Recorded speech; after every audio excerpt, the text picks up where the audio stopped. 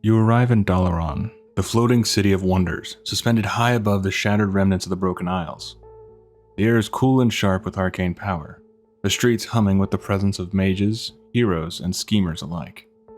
As you cross the stone streets, a voice in your head calls to you, and tells you to report at once to Crassus's Landing. You make your way there, boots echoing across the stone as you step onto the wide platform where dragons once perched and mighty leaders now gather. Waiting for you is Duke Lankrul, a grim figure draped in dark armor. His presence is cold as the frost that clings to the peaks of Icecrown. His eyes lock onto yours as you approach. "We stand at the edge of shadow, Death Knight," he states, his voice like a blade drawn across stone. The Ebon Blade has chosen its path, and that path leads to the Frozen Throne. He explains the grim pact. The Knights of the Ebon Blade will ally with none other than the Lich King himself, Bolvar Fordragon, the Frozen Lord who now rules the Scourge. Once, the Ebon Blade fought to break free of the Lich King's grip. Now, they will become his sharpened weapon, cutting through the world in his name. But this bargain comes not without reward. For your loyalty, Bolvar promises aid in claiming 3 legendary weapons: the Maw of the Damned, the Blades of the Fallen Prince, and Apocalypse. This is no ordinary mission. This is the first step into a grim and tangled alliance, one that blurs the boundary between freedom and servitude, between wielding power and being consumed by it. You feel it in your gut even now. The road will demand everything you are, and more. To claim the Maw of the Damned, you set your path for Darkstone Isle, a jagged outcrop clawing up from the cursed waters of the broken shore. Storm-racked skies churn overhead, casting the land in flickering green and violet light as fell energy pulses through the clouds. The air is thick with the acrid stench of brimstone and ash, and the ground beneath your boots crackles faintly, cursed earth that seems to whisper underfoot. On the blighted shore, the battered banners of the Ebon Blade snap sharply in the sulphurous wind. Margrave Dakar leads the assault here, his Death Knights locked in a brutal push against Gorlex the Flesh Ripper, a demon whose name echoes in terrified whispers across entire worlds. You step through the crackling portal and emerge in Niskara, a Legion control world. The air here is a furnace of infernal heat, the sky above you a seething vault of emerald fire. The landscape is a shattered ruin, jagged cliffs and ruined spires jutting like broken teeth from a blasted plain. Nearby you spot Baron Sliver, a blood elf veteran of countless battles. His armor scorched and cracked as he fights desperately against a demon draining his life. Without pause you surge forward, cutting down the beast in a spray of black blood. And with Sliver by your side, you carve a crimson path through the demonic horde. The ground trembles with the distant roar of Felguards, the air thick with the metallic tang of blood and sulfur. Dakar's voice crackles through the air, urgent and strained, urging you to push faster, to reach him before it's too late. Your march leads you to grim discoveries: Minerva Ravensarrow and Dagnar Stonebrow, shackled with cruel iron chains. You rush to free them from their binds.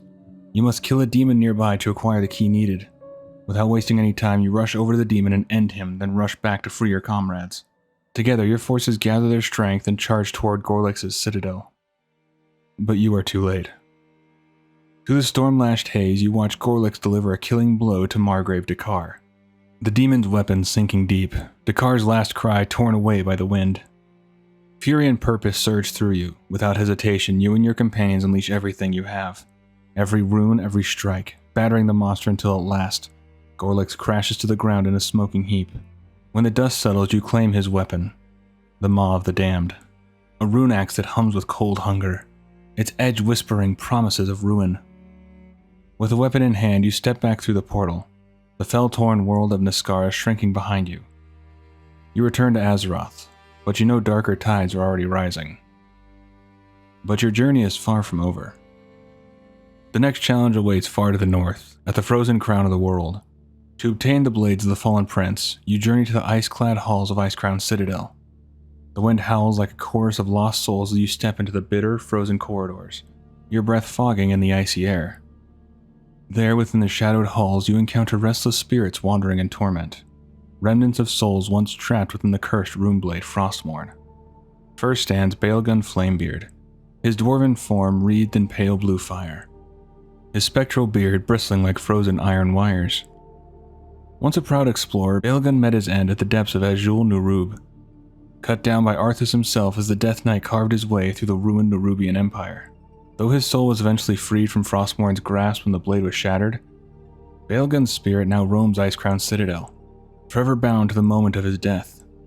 His eyes glow with stubborn fury, and even in this cursed existence, he clings fiercely to his dwarven pride, locked in a ceaseless loop of defiance and doom. Near him stands Halak, a resolute human paladin, his spectral armor dented and scarred from countless battles fought in the shattered ruins of Lordaeron. His face is grim but determined, eyes burning with unwavering loyalty even in death. Though Arthas struck him down alongside his fallen companions, Halak refuses to abandon his homeland, his spirit a stubborn bulwark, standing watch against the darkness that claimed his world. His spectral blade hums faintly, and his presence carries the solemn weight of an oath never broken. You next encounter Magroth the Defender, a proud human paladin who was a part of the Knights of the Silver Hand. His spectral armor battle-worn, and in his hands he grips a massive two-handed mace, its round spiked head glinting with a ghostly sheen. Once rescued from Naga captivity in Doaron by Malfurion Stormrage and Maiev Shadowsong, Magroth later stood as leader of the Defenders of Justice, fighting alongside his brothers-in-arms, Halak and Dagrin, against Arthas Menethil in the crumbling ruins of Lordaeron. Even in death, his spirit radiates grim determination, pacing the icy halls like a soldier who refuses to lay down his weapon. Finally, Gavinrad, the first paladin, stands watch.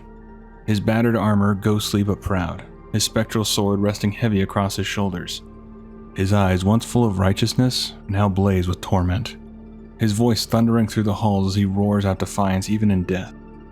Each of these fallen champions stands as a spectral guardian, driven by sorrow, rage, or the remnants of honor, and all stand in your path. At last you reach the Frozen Throne, where the shattered remains of Frostmourne await. Under the looming presence of Bolvar Foredragon, the fragments are reforged into the blades of the fallen prince, but the weapons seethe with malevolent souls, eager to consume. To claim them fully, you are pulled into the heart of the blade itself, a spectral realm drenched in memory and malice.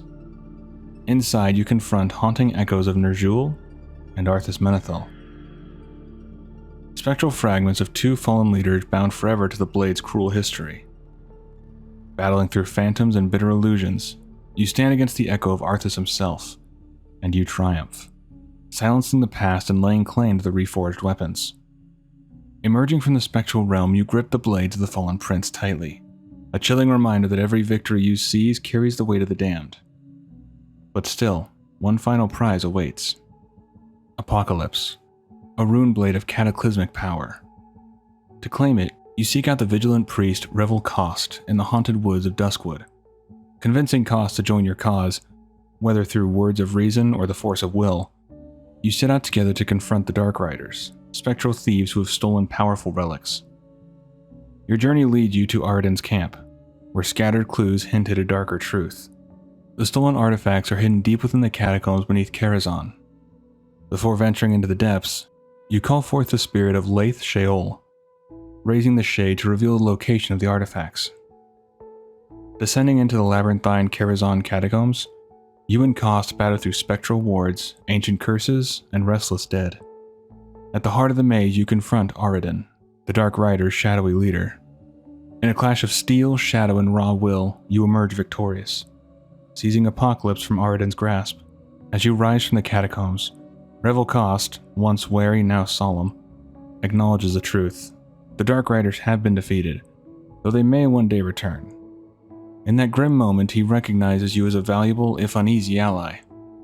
With Apocalypse added to your arsenal, you return to the world above, armed and powered, and set upon a path that leads into even darker destinies. But the Lich King's will is not yet satisfied. His voice pierces the darkness. Raise the horseman. Your first target is nazgrim, the fallen general of the Horde, a warrior whose name once carried weight across every battlefield of Azeroth. You and Thessarian ride into Durotar, a land carved by hardship and scorched beneath an unforgiving sun. The cracked red soil stretches like the battered skin of a wounded world, its harsh face a mirror of the orcs' long-lost homeworld of Draenor. Jagged crags rise like the teeth of ancient beasts, and narrow canyons cut deep scars into the earth, their shadowed depths crawling with creatures as fierce as the land itself. The air is bone dry. The heat presses against your armor like a weight. The sparse, stubborn plants claw their way through the rock as if defying death itself. To outsiders, Durotar is a wasteland, barren, cruel, unyielding. But to the orcs, it is a place of fierce beauty, a land that demands strength, endurance, and the unbreakable will to survive. You press onward, the dust swirling around your boots, the sun bleeding rust-colored light across the horizon. Somewhere ahead, beyond the jagged cliffs and cracked plains, the great walls of Orgrimmar rise, and just outside those walls waits your target, General Nazgrim, once a proud hero of the Horde, now a soul ready to be bound. You dismount slowly, the dry wind scraping against your cloak, carrying the faint scent of ash and iron. The Saurian sits atop his horse, gripping the reins and holding his mount steady as you prepare to do the ritual. The air hums with memory of old wars, of shattered oaths, of battles still waiting to be fought. You draw in a breath, steady and cold. Then you speak the words. Dark incantations coil into the earth, twisting through the cracked ground, pulling at the threads of death and spirit. The earth shudders. A jagged crack splits the silence, and then a fist punches up through the dirt, grasping at the open air as Nazgrim rises, caked in ash, his eyes flickering with the cold, unwavering light of undeath. Nazgrim, your Deathlord calls. Feel the icy grip of your master, and rise once more. I live again. How long has it been since I tasted death? Long enough, my friend. The Burning Legion has returned, and you have been called to the battle. Say no more. I will sever their heads from their bodies. Indeed you shall, General. Indeed you shall. Next comes Thoras Trollbane, the storied king of Stromgarde. You and your knights ride for Stromgarde Keep, once a proud fortress, now little more than a crumbling shell. Its ancient stone walls loom against the blue sky, their edges cracked and crumbling, the once bold banners of Stromgarde hanging in tatters, snapping weakly in the bitter wind. The air here is thick with the weight of old battles, the ground scarred by the tread of the undead. Within those broken walls, Galen Trollbane lords over his hollow kingdom, ruling among the restless dead. When you arrive, you offer him a chance. You stand before the fallen prince, your voice low but firm. Reclaim your city, reclaim your birthright. For a moment he hesitates, eyes flickering, fingers twitching at his sword hilt. But treachery is something he cannot help. It does not take long for his betrayal to reveal itself. After you crush the witherbark trolls lurking in the Mage District, Galen bares his teeth and turns on you, thinking himself clever, thinking he still holds the advantage. But you are the Deathlord, and Galen does not live long enough to regret his mistake. Your blade finds its mark. You cut through Stromgarde's remaining defenders, the clang of steel ringing against stone, the screams of the fallen echoing through the hollowed-out keep. When at last Galen falls, his lifeless body sprawled beneath the broken banners of his house. You reach down and claim Troll Kalar, the legendary blade, a weapon that once bore the hopes of a kingdom, now resting cold in your hands. With the prince slain and the crypts unsealed, you descend beneath the ruined keep. The air down here is thick with dust, with the choking scent of stone and old death. Shadows cling to the walls like hungry spirits, and the silence is so deep it seems to press against your skin. You approach the sarcophagus, drawing in a slow, measured breath. You speak the incantations, dark words that twist the air, curling through the crypt like black smoke. The stone trembles, the ground shifts, and then with a sudden surge of unholy power, Thoras Trollbane rises. His voice rolls through the crypt, a deep rumbling thunder. My son, where is Galen? Where is the prince who murdered his king? We took his life, my lord. The prince left us little choice. What has become of Stromgarde? Death and ruin. Time has not been kind to this place. Then I have failed as both a father and a king. Stromgarde is lost, But there is still hope for this world, if you will join us. I will do whatever it takes to preserve peace on Azeroth. In that moment, you know Stromgarde's greatest king no longer serves his fallen bloodline. He serves you. He is the second horseman, his strength reforged in death. And by your side, the storm of undeath gathers.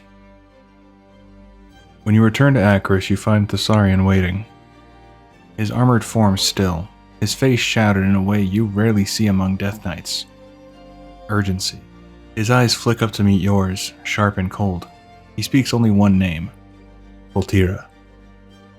Imprisoned deep within the Undercity, held fast by the Banshee Queen herself, and after countless diplomatic attempts, Sylvanas has given her answer, silence. No more negotiations, no more waiting. Together, you and Thessarian slip through the rank, twisted sewers beneath the Forsaken City. The air is thick with the stench of rot and chemical waste, the walls slick with black grime. Every step echoes softly, boots striking stone, blades drawn and gleaming in the faint, sickly light. Shadows flicker at the edges of your vision, patrols, beasts, the restless dead. But you carve your way through them all. Each clash is swift, brutal, and efficient. Steel bites through bone, spells crackle through the damp air. At last you reach the heart of the Apothecarium. There, looming before you, stands Gurgoth, a monstrous, bloated creature, its rotting bulk heaving as it turns to face you, black ichor dripping from its maw. You don't hesitate. Together you and Thessarian strike. Blades flash, runes ignite. The creature's roar is cut short as you drive it down, its corrupted form crashing to the stone with a sickening wet thud. And there, in the shadows behind the fallen beast, you see him, koltira Deathweaver. His once proud figure sits slumped within a heavy iron cage, his head lowered but not broken.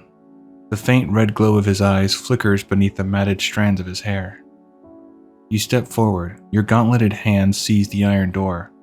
With a sharp crack of magic and brute force, you shatter the lock, tearing the cage open. We are here to free you at last, my brother.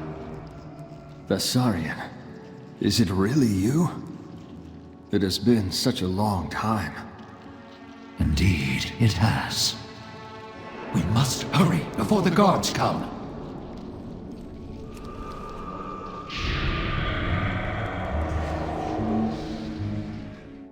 But there is another you are told to go and raise.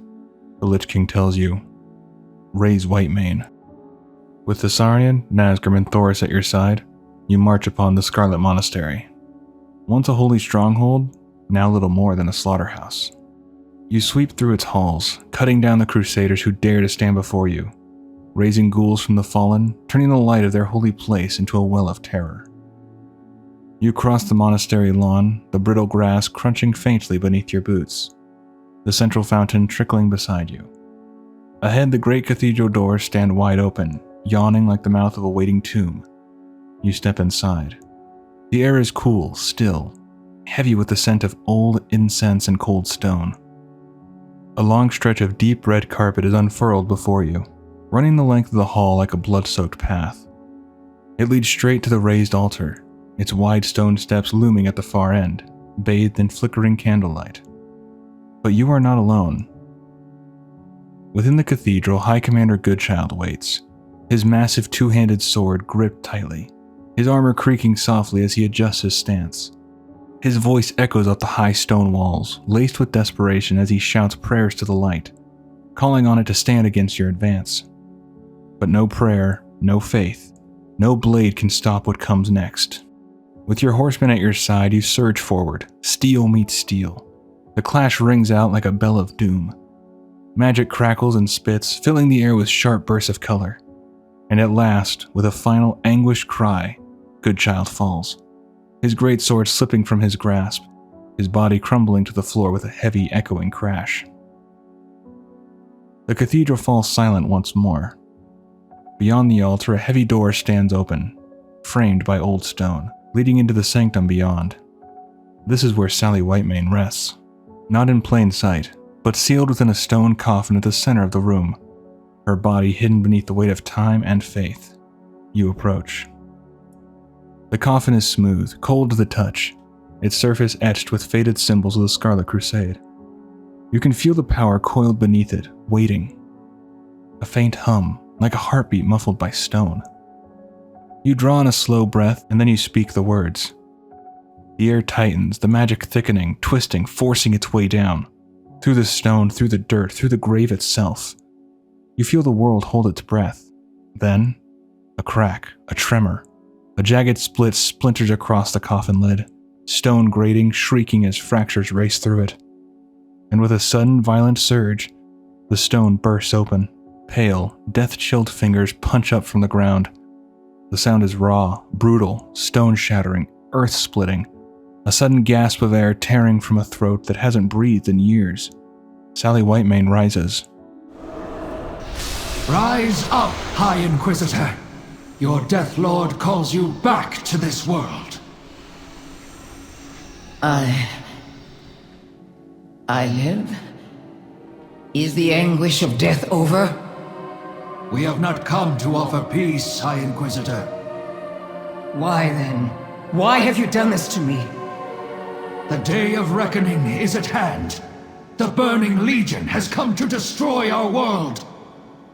The Knights of the Ebon Blade have come to offer you a chance at atonement. Atonement? I doubt that such a thing exists for me. Join us, and we will find out together. Indeed we shall. And so you stand, Deathlord, commander of the dead, master of the horsemen, harbinger of the storm yet to come. In your hands, shadow and steel dance, and as the world watches, the balance between life and death tips further beneath your unrelenting will. There was still need for one more horseman, and the order came down from Bolvar himself. His will was clear, his purpose cold and unwavering. The Deathlord was to make a force of terror that would shake the Burning Legion to its very heart.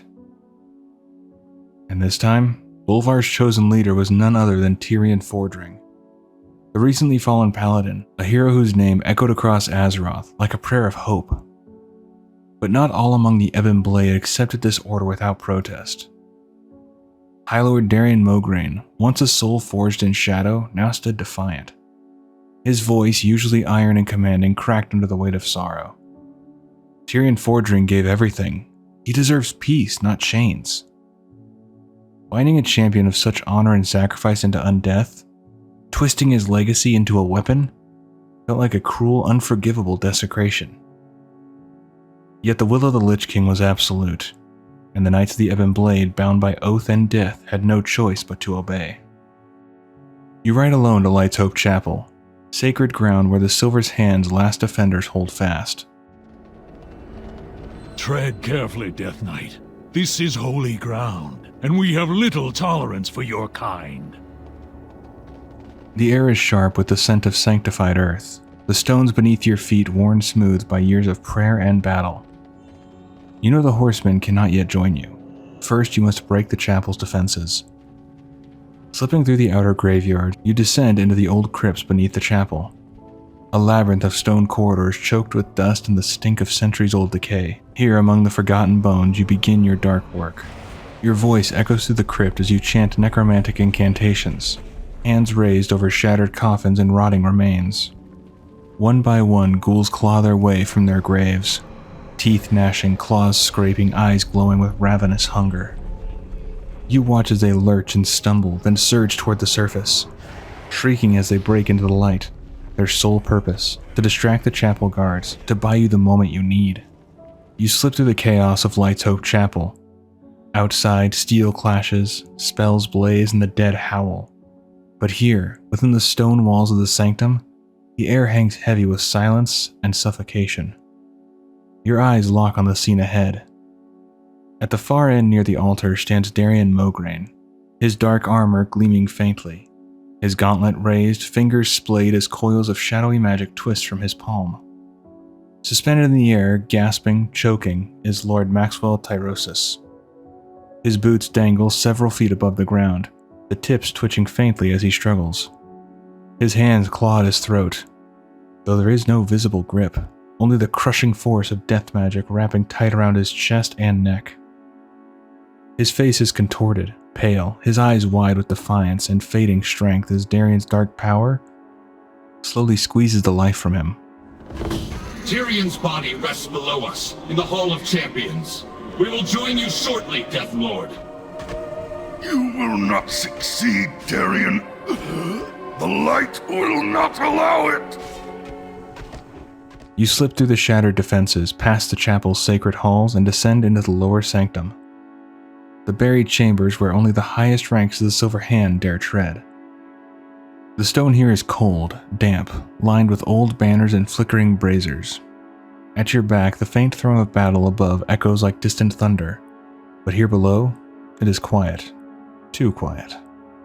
You move swiftly through the narrow corridors, your boots striking hard on ancient stone. The defenders waiting here are no untrained footmen. They are seasoned knights, steel-clad and righteous, blades gleaming with the light. They stand in your way. They pray, and you cut them down. Steel clashes against steel, holy shields shatter under the force of your strikes. Spells of shadow unravel prayers of faith. With each step you push deeper, closer to the chamber where Tyrion Fordring lies entombed. At last you reach the heart of the sanctum, and there, barring your path, stands Lady Liadrin. Her red gold armor glows faintly in the torchlight, her sword drawn, her stance unwavering. Her eyes lock onto yours, burning with determination. She raises her sword slightly, voice steady and sharp as a blade. The light will not allow this, she warns, her words carrying the weight of both command and plea. Turn back now, Deathlord. This path leads only to ruin. But you know there is no turning back. The clash is swift and brutal. Liadrin moves with a paladin's precision, her strike sharp, her shield flaring with bursts of golden light. You match her blow for blow, your rune blade hissing with shadow, your strength fueled not by righteousness, but by the cold, unyielding force of undeath. At last she falters, a sharp cry, a shudder, a final blow, and she stumbles back, gasping, her blade slipping from her fingers as she sinks to her knees. You leave her there, alive but defeated, the weight of loss heavy in her eyes, and you step toward Tyrion's stone coffin. Its smooth stone surface etched with the symbol of the light, humming faintly with protective wards. The air here is thicker, charged, the sacred presence almost suffocating as it presses against your dark power. You raise your hands, whispering the dark words that curl through the air like smoke, wrapping around the tomb. Necromantic energy gathers, tendrils of shadow winding across the stone, reaching, grasping, seeking the lifeless body sealed within. And then, the light surges. Without warning, a blinding wave explodes outward, bursting from the tomb in a searing white-hot flood. The entire chamber fills with the holy radiance, crashing into you, ripping the breath from your lungs, forcing you back. Your death knights crumble, choking on the burning brilliance, their skeletal frames cracking under the force. You stagger, teeth clenched, raising an arm to shield your face, but the light floods every corner, every shadow, every crack, shattering the dark magic like fragile glass. You falter, you fall. The light is everywhere, choking the room, driving you to your knees, until, through the haze, a voice cuts through. Go! Darion Mograine snarls, his voice rough, commanding, his silhouette barely visible through the blinding storm. With the last of his strength, Darion slams his gauntleted hand down, summoning a death gate, the swirling, clawing maw of shadow opening at your side. You feel his grip seize your arm, dragging you toward it, pulling you through the portal even as the light howls, as the tomb glows brighter, as the chapel roars with holy fury. The world twists, fractures, collapse, and then, with a violent crash, you land on the cold, black stone of Acherus. Aye, Lord. We must do something before it's too late. The light has ravaged his body. There is nothing we can do for him. Even in a lifetime of war, I have never before seen such sacrifice. Darion Mograine has sacrificed more for the Ebon Blade than any other. His body lays before you, broken, scarred. But death is for the living. It has no power over the damned. Your four lies before you, Deathlord. Command him to rise. Darian Mograine, who had once defied the will of undeath, rose anew. Not with resistance, but with grim acceptance. His mortal doubts were gone, burned away in the fires of duty. He rose as the Fourth Horseman, the leader of Bolvar's unholy champions. With the Four Horsemen now fully assembled, you turned to the Soulforge, you poured the gathered resources, the stolen souls, the raw essence of battle into your weapon. You felt its power sharpen, surge, coil beneath your fingertips, waiting to be unleashed. Because this was no ending. This was the sharpening of the blade. The war was far from over, and the battles yet to come would demand every ounce of darkness you could command. We are it. Horsemen! Our destiny is at hand! The Burning Legion shall tremble before the power of the Four Horsemen! And that's going to do it for this one. Hopefully you did enjoy. Take care of yourself. See you in the next one.